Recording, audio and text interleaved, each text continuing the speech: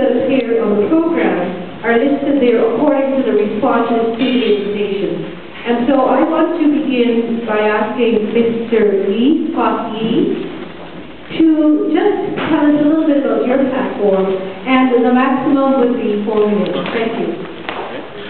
One of the things I stand for is municipal electoral reform. If we're going to keep the ward system, city councils should be cut in half from 44 to 22 city councillors. But I prefer a large system, meaning we would elect 10 city councils across the city. We need city councillors who think about the city of Toronto as a whole instead of being concerned about being a ward boss. And why do we have a ward system anyways? Because people feel the only way to be represented in a big city like Toronto is to have a ward system. I remember years ago when North York residents wanted to keep the snow removal program, which cost about $8 million a year, I believe. The North York Ward Councils represent that view at City Hall. But other city councils, like in Scarborough and Etobicoke, decided they wanted to cut that program.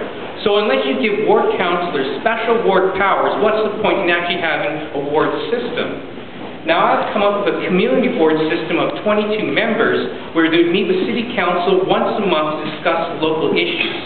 So instead, we would have a large system with 10 city councillors elected across the city who care about the city of Toronto as a whole, and we'd have 22 community board members once a month meeting, discussing local issues, their ward issues. But in the end, it doesn't matter what type of electoral system you have, it comes down to what you elect, a.k.a. Howard Moscow, Kyle Ray, or Raymond Cho. No electoral system you have will make those losers any good whatsoever.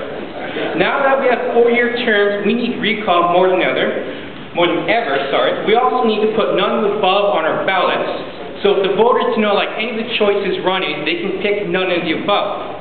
And we also need to have a runoff for elections too. Voters would mark their ballots 1, 2, and 3 for their choices, and if any candidate doesn't get the 50% plus 1 on the first ballot, it would then go to the second ballot and the third ballot.